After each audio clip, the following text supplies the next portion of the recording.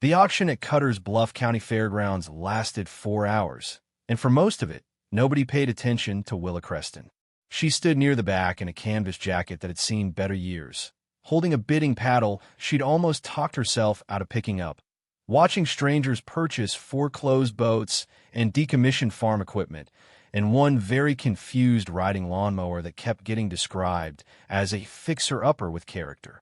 Then Lot 47 came up, 14 Hollow Ridge Road, a property the auctioneer called subterranean in nature, which was the polite county way of saying it was a house built mostly underground, and the room didn't go quiet so much as it went amused. The opening bid was set at $4. Nobody moved. Then Willa raised her paddle, and Boyd Sellers, standing 3 rows ahead with his wife Renee, turned around and laughed loud enough that people 2 counties over probably heard it. What none of them knew, not Boyd, not Renee, not the auctioneer reading from his clipboard with barely concealed pity, was that the $4 Willa spent that afternoon was about to become the most expensive mistake every single one of them ever made. Before we jump back in, tell us where you're tuning in from, and if this story touches you, make sure you're subscribed, because tomorrow I've saved something extra special for you. Willa Creston was 44 years old, and she had the particular kind of tiredness that doesn't come from bad sleep. It comes from years of doing the right thing and watching it not matter. She'd spent 18 years as a structural engineer at a mid-sized firm in Little Rock, the kind of job that sounds impressive at dinner parties, but mostly involves reviewing load-bearing calculations for commercial buildings while your boss takes credit for your reports. She was good at it. She was very good at it, actually, which is why it stung when the firm downsized and kept the 2 junior engineers who would accept 60% of her salary without complaint. That was 14 months ago. She'd been consulting since then, project by project, enough to keep the lights on, but Little Rock had started to feel like a city that had made its decision about her, and she was tired of arguing. The underground house had been her grandfather Prentice's. Not in a legal sense, not anymore. Prentice Creston had owned the property at 14, Hollow Ridge Road for 31 years before a bad run of medical bills and one catastrophically misguided business loan had forced him to sign it over to the county in lieu of back taxes.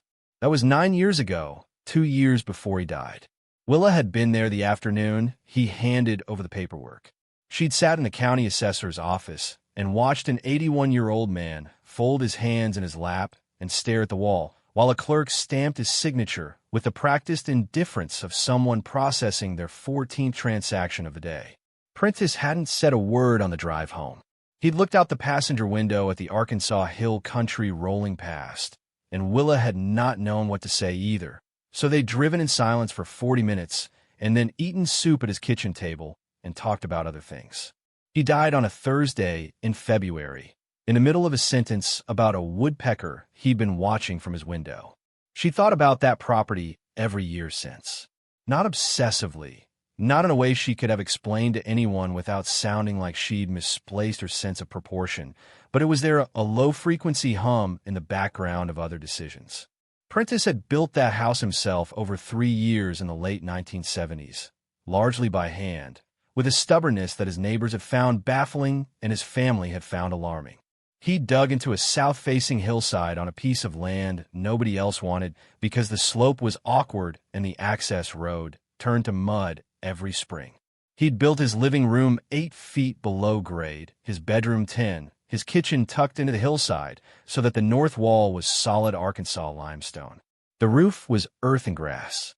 In summer it stayed cool without air conditioning. In winter it held heat like a hand cupped around a match flame. Prentice had called it the most sensible house in the county, and the county had called it an eyesore and a curiosity and, eventually, a liability. When Willa saw the auction listing in a county notice she'd been scanning for unrelated reasons, she sat with it for 3 days before she called Humphrey Vane. Humphrey was a property attorney in Fayetteville who had handled Prentice's affairs in the final years and who had the particular quality Willa valued most in legal professionals. He said exactly what he meant without decorating it. She asked him whether a county tax auction property came with any complications she should know about. He told her about 3 of them, none fatal. She asked whether $4 was a real opening bid or a misprint. He confirmed it was real, The property had been assessed at low value due to structural uncertainty classifications, and the county simply wanted it off the books. She thanked him and told him she was going to bid on it. There was a pause. "You've seen the condition reports?" he asked. She said she had. Another pause. "All right," he said, and she could hear him deciding not to say the rest of it. Boyd Sellers had been trying to acquire that parcel for 2 years. He was a developer of the regional variety, not the kind that builds glass towers, but the kind that buys distressed rural properties, clears them, and resells to larger developers at markup. He had a good eye for land with road access, and he'd identified the Hollow Ridge parcel as a potential staging ground for a larger acquisition he had in motion up the hill. The underground structure was worthless to him, an obstacle more than anything else. He'd assumed the county auction would go uncontested, and he'd walk away with the land for next to nothing. He'd brought Renee along because she liked attending these things, and he'd promised her lunch afterward at the good barbecue place outside town. When Willa raised her paddle, he turned around because he recognized her. She'd grown up near Cutters Bluff. People remembered the Crestons. Everyone knew whose property this had been. His laugh was not a polite sound. Renee leaned over and said something to the woman beside her, and that woman looked at Willa and smiled in the way people smile when they've been handed a small, mean gift. The auctioneer knocked the gavel down. "Sold, 14, Hollow Ridge Road, $4. Boyd was still smiling when he walked past her on the way out. "Enjoy your hole in the ground," he said. He said it pleasantly, which was somehow worse than if he'd meant it as a proper insult. Renee didn't look at her at all. Willa took her receipt, folded it into her jacket pocket, and walked out into the October air. The hills around Cutters Bluff were going amber and rust at the edges. Somewhere behind her, she could hear Boyd telling someone the story already, his voice carrying the easy confidence of a man who has never once considered that he might be the one who doesn't understand what's happening. She got in her truck and drove toward Hollow Ridge Road. Willa had looked at the condition report, but condition reports are written by people who have never loved a place, and they miss things. They catalog what is broken and say nothing about what remains. The report on 14, Hollow Ridge Road, had noted compromised entry framing, suspected moisture intrusion along the north wall, deteriorated weatherproofing on the roof membrane, and what it called indeterminate structural elements below primary floor level, a phrase that had caught her eye and that she'd filed away without fully examining. Standing at the end of the access road on a gray Tuesday morning, key in hand, she understood why the county inspector had reached for vague language. The property didn't fit neatly into standard categories. It never had. The access road itself was 30 yards of gravel and clay that turned sharply off County Route 9 and dropped in elevation fast enough that you lost sight of the main road almost immediately. Trees had encroached on both sides, cedar and scrub oak, mostly, and the effect was of arriving somewhere that had been deliberately hidden, which Willa was beginning to think was not accidental. Prentice Creston had not been a man who did things without reason. The entry was set into the hillside the way a root cellar is, but larger. A timber-framed door, weather-blackened and swollen in its frame, sat at the bottom of 4 stone steps that descended from the sloped yard. Above it, the hillside rose another 12 feet before leveling off into what was technically the roof, a rectangle of overgrown grass and thistle with 2 low ventilation stacks poking up like ears. From the road, if you didn't know to look, you might not register it as a house at all. You might read it as a hillside with an unusual door and move on. Willa had to put her shoulder into the entry door to get it open. Inside smelled like earth and old timber and something faintly mineral she couldn't identify. She stood in the entryway and let her eyes adjust. The main living space opened up to the left, a long room with a low ceiling that felt less oppressive than she'd expected, partly because Prentice had installed clear-story windows along the south-facing wall at ground level, thin horizontal slots that let in a band of pale autumn light. The floor was poured concrete, cracked in 2 places. The walls were a combination of poured concrete and exposed limestone bedrock where the hillside asserted itself. A wood stove sat in the corner, its flue pipe disappearing into the ceiling. Someone, probably a county inspector, had left yellow tape across its door. She walked through slowly. The kitchen was to the rear, smaller, its countertops handmade from what she thought might be black walnut, warped now, but still showing the care that had gone into the joinery. The bedroom was off a short hall, barely larger than the bed frame, still sitting in it. An iron frame, her grandfather's, one she remembered from childhood visits when the house had been warm and lit and full of the smell of whatever Prentice had been cooking. She stood in the doorway of that room for a moment longer than she'd intended.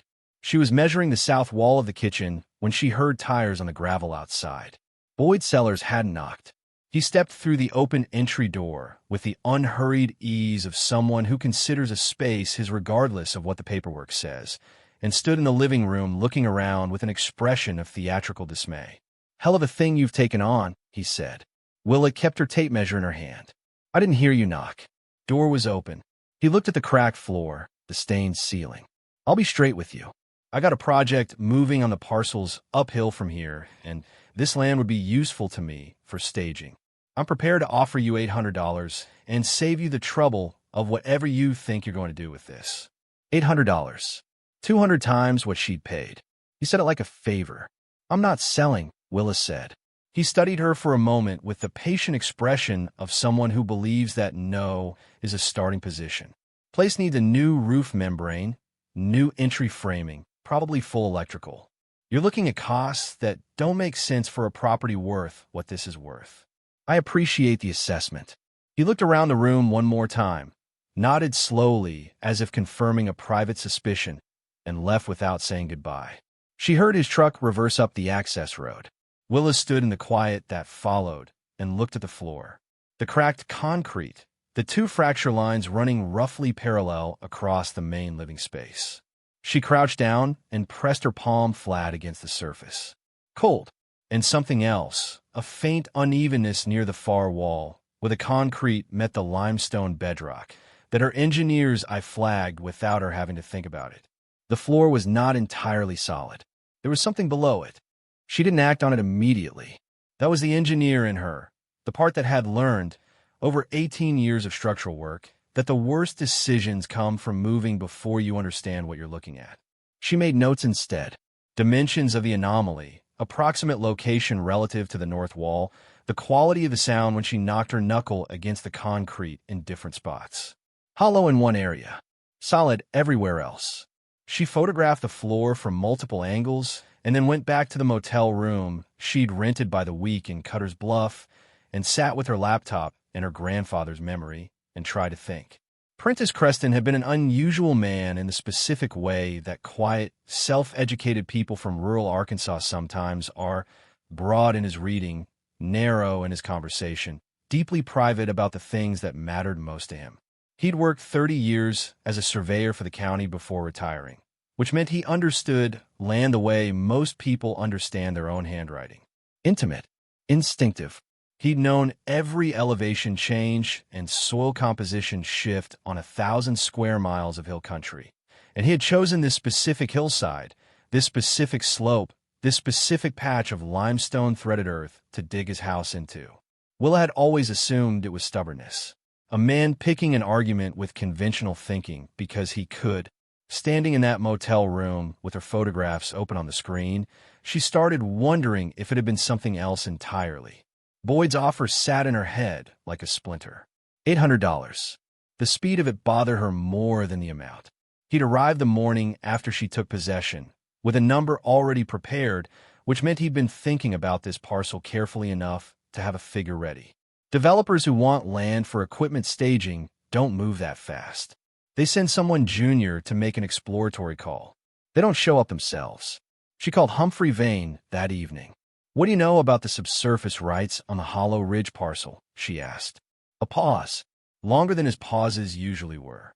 "What's prompting the question?" She told him about the floor. The hollow section, the way it read against the limestone bedrock, the rough dimensions. He listened without interrupting, which was one of the things she'd always respected about him. "I'll look into the title history," he said. "Give me a few days." Boyd's campaign began the following week. Willa learned about it in increments, a comment here, a raised eyebrow there, the way you learn about weather moving in when you live somewhere with no forecast service. The clerk at the hardware store in town mentioned, with visible discomfort that Boyd Sellers had been in the day before asking questions about what Willa was buying. The woman who ran the motel mentioned that someone had called asking whether Willa had said anything about her plans for the property. A county code enforcement officer named Pruitt showed up at 14 Hollow Ridge Road on a Thursday morning with a clipboard and the particular energy of a man who has been sent somewhere rather than choosing to go. He walked the property for 40 minutes. He wrote things down. He told Willa there were concerns about the ventilation stacks, the entry framing, and the roof membrane integrity, and that she should expect correspondence from the county within 30 days outlining required remediation. "Is this a standard inspection cycle?" Willa asked. Pruitt looked at his clipboard.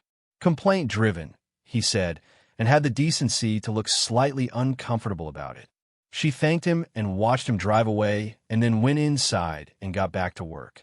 She had been clearing the space methodically, hauling out the accumulated debris of 9 years of vacancy, pulling damaged sections of the interior framing, assessing what Prentice had built with the trained as she'd spent 2 decades developing. What she found, the more she looked, was that the construction was better than it had any right to be. The timber joinery in the kitchen was not amateur work. The concrete pour in the main room, cracked now, but still structurally coherent, had been done with a level of care that spoke to someone who had either taken instruction from a professional or was one. The ventilation system, 2 stacks, 1 passive, 1 with a hand-crank mechanical assist, was clever in a way that reminded her of things she'd seen in much older buildings, pre-electrical structures designed by people who understood airflow as a physics problem rather than a contractor's line item. Prentice had been a surveyor, but he'd built this place like an engineer. She was pulling deteriorated weather stripping from the entry frame on a Friday afternoon, 12 days after she'd taken possession, when she found the first thing. It was tucked into the framing cavity behind the original weather strip, wrapped in oilcloth that had kept it dry through 3 decades of Arkansas winters. A small package, rectangular, the size of a thick paperback book. She stood in the entry with it in her hands for a moment, the October light coming in flat and cold behind her, and then she carried it inside to the kitchen counter and set it down carefully and unwrapped it. Inside the oilcloth was a composition notebook, the black and white marbled kind, and a hand-drawn diagram on a folded piece of drafting paper. The diagram showed the floor plan of the house, but extended. Below the main floor level, rendered in Prentice's precise surveyor's hand, was a second space, larger than the house above it, with dimensions marked in careful pencil numerals and, in the bottom right corner, a date. And beneath the date, in the same hand, for whoever finds the patience to look. Willa sat down on the concrete floor and read the notebook from the first page to the last without stopping. Humphrey Vane arrived at 14 Hollow Ridge Road on a Saturday morning 3 days after Willa called him. She hadn't told him everything over the phone, just enough to make him drive 2 hours from Fayetteville without complaint, which told her something about what he suspected. He was 63, lean in the way of men who forget to eat when they're working, and he came through the entry door with a leather satchel over one shoulder and the expression of someone who had decided to withhold judgment until he had more information. Willa had the notebook and the diagram laid out on the kitchen counter under the best light the south-facing clear-story windows could provide. He read for 20 minutes without speaking. She made coffee on a camp stove she'd brought from Little Rock and waited. "Your grandfather drew this," he said finally. "Not a question. The handwriting matches everything else of his I have. And the surveyor's notation style. That's how he marked measurements his whole career. I've seen his county work." Humphrey looked at the diagram again. The second space below the main floor was roughly rectangular, 40 feet by 22, oriented along the east-west axis of the hillside. Prentice had marked 4 distinct sections within it, each labeled in his compressed, careful print. He noted ceiling height, 9 feet at center, dropping to 7 at the north wall where the limestone came down. He'd marked what appeared to be a drainage channel along the south edge, and 2 vertical shafts rising from the space to the surface, neither of which corresponded to the ventilation stacks visible above ground. "The access point," Humphrey said, touching the diagram where Prentice had drawn a small square near the east wall of the main floor. "You found it. That's where the floor reads hollow. I haven't opened it." He looked at her. "Why not?" Because I wanted you here first. And because I wanted to understand the title situation before I touched anything. That was the right answer, and they both knew it. Humphrey set the diagram down and opened his satchel. He'd brought printed documents, the full title chain on the parcel going back to 1962, the county tax records, and something else he placed on top of the stack without comment. Willa picked it up. It was a printout of a mineral and subsurface rights filing from 1983, registered with the county under Cutters Creston's name, covering the parcel of 14, Hollow Ridge Road, and extending to a depth of 120 feet below grade. He filed this 2 years after he built the house, Humphrey said. Most people in this county never bother with subsurface filings on residential property. There's generally no reason to. But he did. He did. And when the property transferred to the county for back taxes, the surface rights transferred. The subsurface filing is a separate instrument. It did not transfer. Willa set the paper down. The camp stove hissed quietly behind her. So the county sold the surface, she said. They sold what they had legal title to, which was the surface parcel and the structure upon it. And the subsurface rights remained with the Creston estate, which, as of probate, passed to you as sole heir. Humphrey's voice was careful and even the way it got when he was being precise about something that mattered. You own what is below that floor, Willa. Whatever it is. She looked at the diagram, at the 4 labeled sections, the drainage channel, the 2 unmarked vertical shafts. She looked at the date in the corner and the line her grandfather had written beneath it. For whoever finds the patience to look. Boyd Sellers knows, she said, or suspects. I think that's likely. I pulled his acquisition records on the parcels uphill. He's been assembling that land for 4 years. The Hollow Ridge parcel was the last piece he needed, and he let the county tax situation play out because he assumed it would clear the title entirely and he'd walk into a clean acquisition. When you bid, he recalculated. How long has he known about the subsurface filing? That I can't tell you. It's a public record. Anyone who pulled the full title chain would find it. He paused. The fact that he made you an offer the morning after you took possession suggests he understood the situation better than he let on. They opened the floor that afternoon. The access point was exactly where Prentice had marked it, a section of concrete that was not poured but cast separately as a removable panel, its edges disguised by the natural crack pattern Willa had initially read as settling damage. Prentice had engineered the camouflage deliberately, scoring lines in the surrounding concrete that made the panels seem look like ordinary fractures. She needed a cold chisel and 20 minutes to break the seal of decades. Humphrey held a flashlight and did not offer to help, which she appreciated. Some things want to be done by the right person. The panel lifted free. Stone steps descended. The air that came up was cool and dry and carried that mineral smell she'd noticed on her first day. Stronger now, clarified. She recognized it. Limestone and something beneath it, something that took her a moment to name. Water. Clean water. Moving water somewhere below. She went down first. Humphrey followed with the flashlight. The space was everything the diagram had promised, and nothing she had been fully prepared for. The ceiling vaulted higher than the 9 feet Prentice had noted, suggesting the limestone had been worked back from its natural profile. The walls were a combination of cut stone and raw bedrock, and along the south edge, exactly where the diagram had marked it, a channel had been cut into the floor and lined with fitted limestone blocks. Through it ran a thin, steady current of water, clear enough to read the channel bottom through. Willa stood at the base of the steps and turned slowly. The 4 sections her grandfather had marked were not rooms. They were chambers, each purpose-built, each still holding what he had put in them. She didn't speak for a long time. Humphrey stood beside her and also said nothing, because there was nothing adequate to say. Prentice Creston had spent 3 years building a house and 30 years building what was underneath it. That was the only way to account for what Willa and Humphrey were looking at. The construction of the chambers was not the work of a single season or a single effort. The earliest sections, closest to the access stairs, showed the hand-hewn roughness of someone learning as they went. The further sections were cleaner, more confident, the stonework fitting together with a precision that spoke to accumulated skill. Her grandfather had come down here, year after year, and kept working. Kept adding, kept refining something that nobody above ground knew existed. The first chamber held equipment. A hand pump connected to the water channel, still functional. Humphrey worked the handle, and water came up clear and cold into a stone catch basin. Shelving units built from the same black walnut as the kitchen counters above, holding tools in various states of preservation. A surveyor's transit on a wooden tripod, its brass fittings green, but its glass intact. Rolled documents in a wooden rack, sealed in wax paper. Willa unrolled one carefully. It was a survey map, hand-drawn, meticulous, covering the hillside and the valley below in extraordinary detail. Contour lines, soil notations, water table markings.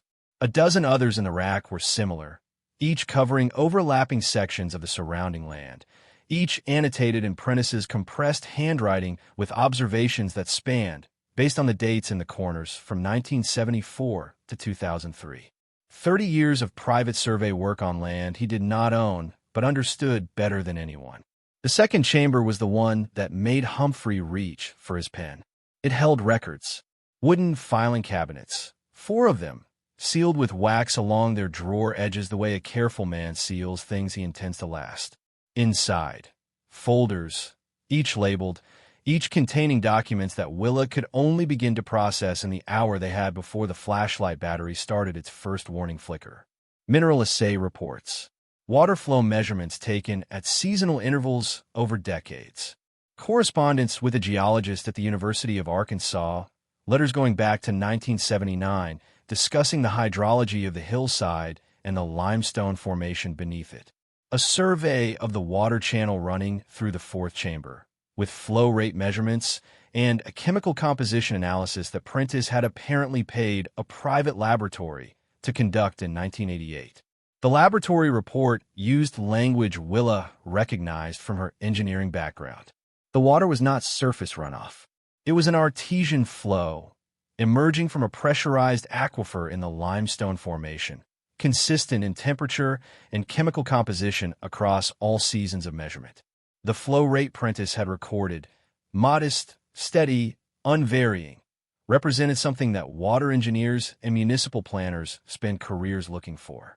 A reliable source, the kind that doesn't dry in drought years or flood in wet ones. He knew, Willis said, standing in the second chamber with a folder in each hand. He knew what was here from the beginning. That's why he chose this hillside. Humphrey was photographing documents with his phone, methodically, without comment. He had been doing this since they entered the second chamber and showed no sign of stopping. The third chamber held something she hadn't anticipated. It was smaller than the others, its ceiling lower, and it had been fitted out not for storage or documentation, but for sitting. A wooden chair, a small table, a shelf with a dozen books, their spines faded but their pages, she found when she opened one, dry and readable. Beside the books, a tin box. Inside the tin box, letters, not correspondence with geologists or county officials, but personal letters, written in Prentice's hand and addressed to no one, dated across 3 decades. The first from 1979, the last from 2004, a year before his financial troubles began. She did not read them in front of Humphrey. She put the tin box under her arm and kept moving. The fourth chamber was the water. The channel that ran through the main space entered this chamber through a cut in the west wall and widened into a pool roughly 12 feet across. Its depth impossible to gauge in the flashlight beam, but considerable. The water moved slowly here, circling, before exiting through a cut in the opposite wall and continuing east into the limestone. The chamber smelled clean in a way the others didn't, mineral and cold and alive. Prentice had fitted the walls with the most careful stonework in the entire structure, each block placed with evident care. He built stone benches along 2 walls. He'd installed a small shelf at eye level holding a single object, a glass jar sealed with a rubber gasket and a metal lid, containing a folded piece of paper. Willa opened it. The note was short, 8 lines in Prentice's handwriting, dated March 2001, for years before he lost the property. It said, "I have known about this water for 22 years. I did not report it because I needed to understand it first, and understanding it took time. I have reported it now to the appropriate parties, and the documentation is in the second chamber. Whatever comes of this place, the water should be known. Is the most honest thing on this hillside. I built this house here because I wanted to live above something true. Willa read it twice. Then she folded it and put it in her jacket pocket next to the motel key and the auction receipt and the title paperwork that said 14 Hollow Ridge Road belonged to her. Humphrey appeared at the chamber entrance. His phone was full. He'd stopped photographing. "We need to call someone," he said. "There's a water rights attorney in Fayetteville I've worked with, and you're going to need a geologist." Willa looked at the pool. The water moved in its slow circle, indifferent and permanent. "Tomorrow," she said. "I need tonight first." She stayed in the house that night. Not the motel, the house. She dragged her sleeping bag down from the truck, set it on the least damaged section of the main floor, and lay on her back in the dark listening to the hills settle around her. Through the clear-story windows, the sky was a strip of deep blue going black, the first stars appearing at the edges. She could hear, if she was very still, the faint sound of water moving somewhere below her. She hadn't been able to hear it before. Now that she knew it was there, it was unmistakable. She read Prentice's letters with a headlamp, sitting against the north wall with the tin box open beside her. He had been a more complicated man than she'd understood from the outside. The letters, written to no one, or perhaps to whoever eventually found them, the distinction blurred in the way of things written in private, moved between the practical and the personal in the way a solitary person's thinking does when there's no one to impose a shape on it. He wrote about the water in the way someone writes about a responsibility they've accepted without being asked. He wrote about the surveys with the satisfaction of a man doing work he considers worth doing regardless of whether anyone else will see it.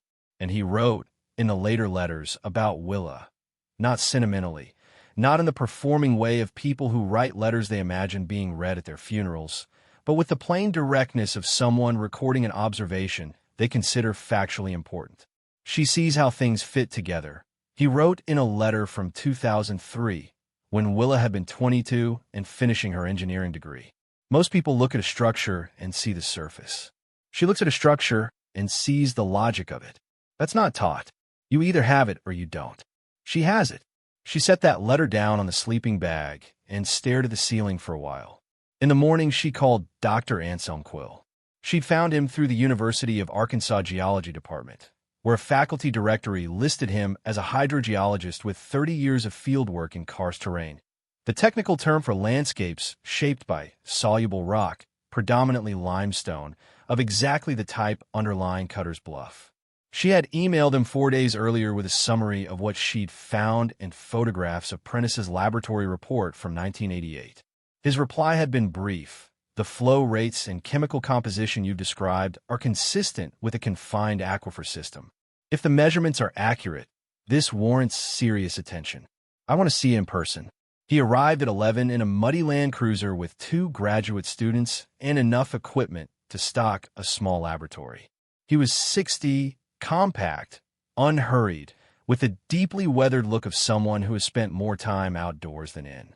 He shook Willa's hand, looked at the hillside, looked at the entry doors set into it, and said, "Your grandfather built this himself?" "Over 3 years." He nodded slowly. "Show me the water." She took him down. His graduate students followed with equipment cases, moving carefully on the stone steps. In the fourth chamber, Quill crouched beside the pool for a long time without speaking. He dipped a collection vial, held it to his flashlight, set it carefully in a case. He measured the flow rate at the channel entrance with a small instrument he produced from his vest pocket. He took the temperature of the water at 3 points. He read Prentice's 1988 laboratory report in full, standing in the third chamber with a headlamp on his forehead, and when he finished he went back to the pool and looked at it again. "Your grandfather's measurements were accurate," he said. "More than accurate. The flow rate he recorded in 88 is consistent with what I'm reading now, which tells you something about the stability of this system." He paused. "This is a confined aquifer. The water is under pressure from the surrounding limestone formation, which is why the flow is artesian and why it doesn't vary seasonally. The chemical profile your grandfather documented: low mineral load, consistent temperature, no surface contamination markers, is characteristic of deep formation water that hasn't been in contact with surface activity for a very long time. How long? Willa asked. He considered that. The isotope analysis I can run in the lab will give you a better answer than I can right now. But based on the composition and the depth of the formation, I'd estimate this water has been isolated from surface influence for somewhere between 800 and 1200 years. One of the graduate students wrote something in a notebook. What does that mean in practical terms? Willa asked. She already knew the answer, approximately, but she wanted to hear him say it. It means you have a source of exceptionally clean water with a documented history of consistent output, drawing from a formation deep enough to be insulated from agricultural runoff, industrial contamination, and drought cycles. He looked at the pool, then at her. There are municipal water authorities in 3 counties within 40 miles of here that have been looking for supplemental sources for the better part of a decade. The aquifer underlying this formation extends well beyond this parcel. Your grandfather mapped it. I want to study those surveys closely, but from what I've seen, there's serious scientific work. He stood and brushed limestone dust from his knees. Miss Creston, I've been doing this work for 30 years. I've seen maybe 4 or 5 sources in this region with these characteristics. This is not a curiosity. This is a significant water resource. Willa looked at the pool. The water moved in its slow, indifferent circle, 1,200 years old and utterly unbothered by everything happening above it. My grandfather knew, she said. He did more than know, Quill said. He documented it well enough that you can prove it. That afternoon, Willa called Humphrey. Get the water rights attorney, she said, and find out everything you can about Boyd Sellers' acquisition plans for the parcels uphill. Humphrey's water rights attorney was a woman named Petra Soloway, and she had the quality Willa had come to associate with people who were genuinely good at something. She didn't perform competence, she just had it. She arrived at 14 Hollow Ridge Road on a Wednesday morning with a single legal pad and read everything Willa put in front of her. Prentice's subsurface filing, the laboratory report, Quill's preliminary field notes, the survey maps from the second chamber, and the correspondence with the University of Arkansas geologists going back to 1979. She read without asking questions, which Willa appreciated. Then she set everything down, looked at the ceiling for a moment, and said, "Tell me about the developer." Willa told her about Boyd. The morning visit, the $800 offer, the code enforcement complaint, the pattern of pressure that had continued at low intensity for the week since. Petra listened and wrote 3 things on her legal pad. He wants the surface parcel, Petra said, because he knows or suspects what's underneath it. Specifically, he wants access to the aquifer, because whoever controls the surface access point to a confined artesian system has significant leverage over how that system gets developed, even if they don't hold the subsurface rights outright. She paused. What he doesn't appear to understand, or is hoping you don't understand, is that your grandfather's subsurface filing gives you something much stronger than leverage.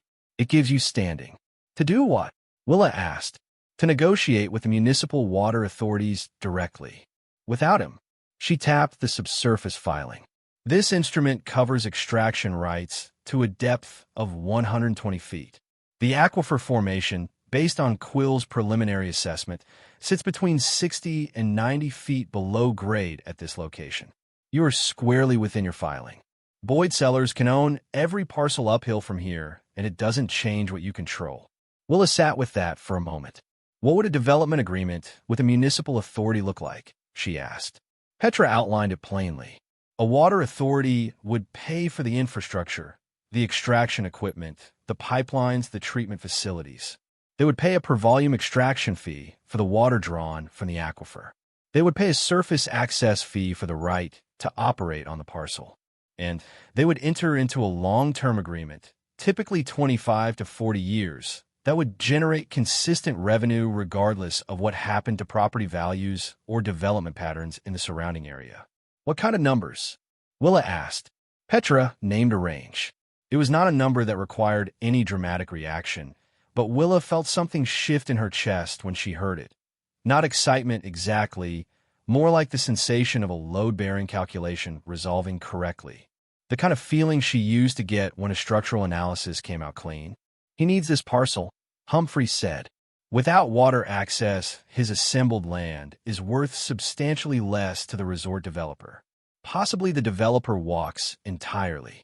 How much is his assembled parcel worth with the resort project proceeding? Willa asked. Humphrey told her. The number was considerably larger than the range Petra had quoted for a municipal water agreement. And without it, farmland prices. Rural Arkansas. He's carrying debt on the acquisitions. Willa thought about the morning Boyd had walked through her entry door without knocking. The pleasant way he'd said, "Enjoy your hole in the ground." The code enforcement complaint. The steady, patient pressure of a man who believed he was dealing with someone who didn't understand her own position. "I want to contact the resort developer directly," she said. "Not Boyd. The developer." A pause. "That's aggressive. He sent a code enforcement officer to my property. I'm comfortable with aggressive." Humphrey found the developer's contact within 48 hours. Willa drafted the letter herself, with Petra reviewing the legal language. It was brief and factual. It identified her ownership of the subsurface rights at 14 Hollow Ridge Road, referenced Quill's preliminary assessment and Prentice's 30 years of documentation, and noted that she was open to discussing a direct water supply agreement for any development project in the area that required a reliable private source. She did not mention Boyd by name. The developer's representative called back in 6 hours. 3 days later, Boyd Sellers received a letter from the resort developer's legal team informing him that the acquisition of his assembled parcel was being placed on hold pending the resolution of water supply questions that had come to the developer's attention through independent research. Willa was in the fourth chamber when Humphrey called to tell her. She was sitting on one of the stone benches Prentice had built beside the pool, reading through the survey maps in the good light of a proper LED lantern she'd finally bought to replace the flashlight. She listened to Humphrey read the developer's letter aloud. "All right," she said when he finished. "That's all you've got?" he asked. "What do you want me to say?" "Something. It's a significant development." She looked at the water moving in the pool. 1,200 years old. Patient beyond any human scale of patience. "My grandfather waited 30 years, she said. "I've been here 6 weeks. I don't think celebration is quite right yet." Boyd Sellers called her directly on a Thursday morning, 9 days after the resort developer's letter landed. She let it ring 4 times before answering, not for effect, but because she was carrying an equipment case up the access stairs from the second chamber and needed both hands. She set it down at the top, brushed limestone dust from her sleeve, and picked up. "Miss Creston." His voice had changed. The pleasantness was gone. The easy confidence that had characterized every previous interaction stripped back to something harder underneath. "I think we should meet. I'm available Friday afternoon," she said. Humphrey Vane's office in Fayetteville. 2 o'clock. A pause. He'd expected her to suggest somewhere neutral, somewhere that would imply equivalence between their positions. Humphrey's office was not neutral. "Fine," he said. She called Humphrey next. "He's coming Friday." "I heard the tone of that," Humphrey said. "What do you want from this meeting?" Willa thought about it honestly. She had thought about it for the 6 weeks since the auction, in the background of everything else, the way you think about a problem that doesn't need solving yet, but will. "I wanted to understand the situation accurately," she said. "He's been operating on a version of events that isn't real. I'd like to correct that. And practically, I want him out of my access road." Boyd arrived at Humphrey's office 8 minutes early, which told Willa he was more unsettled than he wanted to appear. He came with his own attorney, a man named Creech who wore a good suit and said little. Renee was not with him. The conference room was small and well lit and had nothing decorative on its walls, which Willa liked. No softening. She let Humphrey open. He walked Boyd and Creech through the subsurface filing, the water rights position, Quill's preliminary assessment, and the direct communication with the resort developer.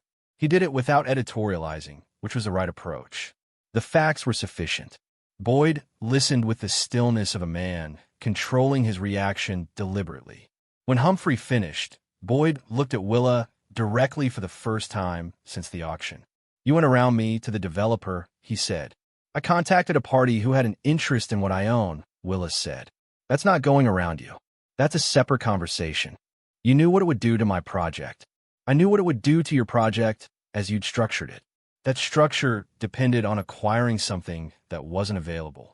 I thought it was useful for everyone involved to know that earlier rather than later. Creech leaned over and said something quietly to Boyd. Boyd didn't look at him. What do you want? Boyd asked. It was the same question Humphrey had asked, and Willa gave him the same honest answer she'd given Humphrey, adjusted for the audience. I want to develop this resource in the way that makes the most sense for the resource. I've had preliminary conversations with 2 municipal water authorities. The aquifer my grandfather documented is significant enough to supply a regional need, which is a different use case than a private resort supply agreement, and one I think is more appropriate to what's actually here. That cuts me out entirely. Your project as structured, yes. You assembled land for a resort development that required private water access. That access isn't available on the terms you planned. That's a real problem for that specific project. She paused. It's not the only project possible on that land. Creech looked up. Boyd's expression shifted slightly. The municipal water authority conversations, Willa continued, involve infrastructure that has to go somewhere. Access roads, pipeline corridors, easements across the uphill parcels. She let that sit for a moment. I'm not interested in punishing you for sending a code enforcement officer to my property. I'm interested in doing something useful with what my grandfather built. If there's a version of that which involves your land in a way that works for both of us, I'm willing to have that conversation. It was not a concession. Humphrey had been clear with her about that in their preparation. Offering to include Boyd in a legitimate arrangement was not weakness. It was practical. Pipeline easements across his assembled parcels would be smoother to negotiate than condemnation proceedings, and smoother meant faster, and faster meant the municipal agreements could close before the next budget cycle. Boyd understood it the same way. She could see him recalculating, the developer's instinct reasserting itself over the wounded pride.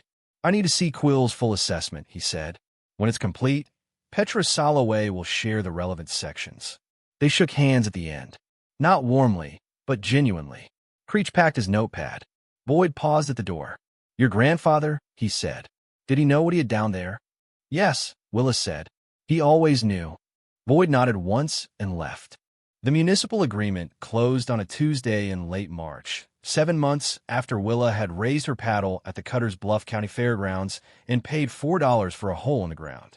She was in the 4th chamber when Humphrey called to confirm. She had developed a habit of being down there when important things happened, which she recognized as not entirely rational and didn't particularly care to change. The water moved in its slow circle. The LED lantern she'd hung from an iron hook prentice had set into the ceiling decades ago, cast clean white light across the stone walls, and the pool surface and the careful joinery of the benches her grandfather had built for sitting and thinking beside something true. Humphrey read her the key figures: the per-volume extraction fee, the surface access payment, the infrastructure investment the Water Authority was committing to, which included an access road upgrade that would finally fix the spring mud problem on the route off County Route 9. The term of the agreement, 32 years, with renewal options. She thanked him and sat for a while after the call ended. The agreement with the Water Authority was not the end of anything. It was closer to a beginning, the point at which the thing Prentice had spent 30 years documenting and protecting became, formally and legally, something the world above ground had to reckon with. The construction crews would arrive in 6 weeks. The extraction infrastructure would take 8 months to complete. The first water would move through the system sometime in the following winter, clean and cold and 1,200 years patient, going to houses and schools and hospitals in 3 counties that had been managing on inadequate supply for longer than anyone found acceptable. Willa had negotiated one condition into the agreement that the Water Authority's attorneys had found unusual but not objectionable: a small bronze plaque to be mounted at the surface access point above the 4th chamber, identifying the aquifer's discoverer and primary documentarian. It would read, Willa Creston, surveyor. Documented this water source 1979 to 2004. He understood what he was looking at. She had written the language herself. The underground house was no longer the ruin she'd walked into in October. She'd spent the winter working on it with the same methodical patience she'd applied to everything else, reframing the entry, replacing the roof membrane, repointing the limestone walls, restoring the clear-story windows to something approaching their original function. She had not tried to make it into something it wasn't. It was still an unusual structure built by a stubborn man into a hillside that nobody else had wanted. It was still 8 feet below grade in the living room and 10 in the bedroom, and cool in summer and warm in winter through the pure logic of thermal mass. It was still the most sensible house in the county, and it was hers. She had taken on 3 consulting clients over the winter, structural assessments, the kind of work she could do from anywhere with a laptop and a site visit, and found, somewhat to her surprise, that the work felt different now. Not the work itself, which was the same load-bearing calculations and material assessments it had always been, but her relationship to it. She was doing it because she chose to, which turned out to change everything about how it felt. Boyd Sellers had come back to the table in February, as she'd expected. The pipeline easement negotiations had been straightforward. Petra handled them with Creech, professionally, without drama. Boyd's assembled parcel was being repositioned for a different development concept, one that the municipal water infrastructure would actually support better than a private resort. He had not apologized for the code enforcement complaint or for the $800 offer or for anything else, and Willa had not asked him to. Some lessons arrive through consequences rather than conversation, and she had decided that was sufficient. Renee Sellers had called once, unexpectedly, in January. Willa hadn't been sure what to expect from the call, and it turned out to be simpler than she'd anticipated. Renee said she'd heard about the Water Authority agreement and wanted to say she thought it was something worth doing. It was an odd call and a brief one, and Willa had found herself, after it ended, sitting with a more complicated feeling about Renee than the clean category of antagonist allowed for. People were rarely as straightforward as the roles they played on the worst days. She climbed the stone steps out of the 4th chamber on the afternoon the agreement closed and stood in the main living room of the house with the late March light coming through the clear-story windows in long flat bars across the restored concrete floor. The wood stove was lit. The black walnut countertops in the kitchen had been cleaned and oiled back to something like their original warmth. She took Prentice's last letter from the tin box on the kitchen shelf, the one dated 2004, the year before he lost the property. She had read it many times. She read it once more. "I don't know who finds this," he had written. "I hope it's someone who understands that the work was worth doing regardless of what comes of it. I mapped this water because it was here and it was true, and those 2 things seemed like enough reason. If it turns out to be useful, good. If not, I still spent 30 years paying attention to something real, and I can't think of a better way to have spent the time." Willa folded the letter and put it back. Outside, the Arkansas hill country was coming back from winter. The cedar and scrub oak budding at their tips, the access road drying out after the spring mud, the sky over the ridge the particular clean blue that follows a long gray season. She stood in the entry of her grandfather's house, the house she had bought for $4 and a lifetime of knowing where to look, and felt the specific satisfaction of a load-bearing calculation that had finally, completely resolved. Up next, you've got 2 more standout stories right on your screen. If this one hit the mark, you won't want to pass these up. Just click and check them out. And don't forget to subscribe and turn on the notification bell so you don't miss any upload from us.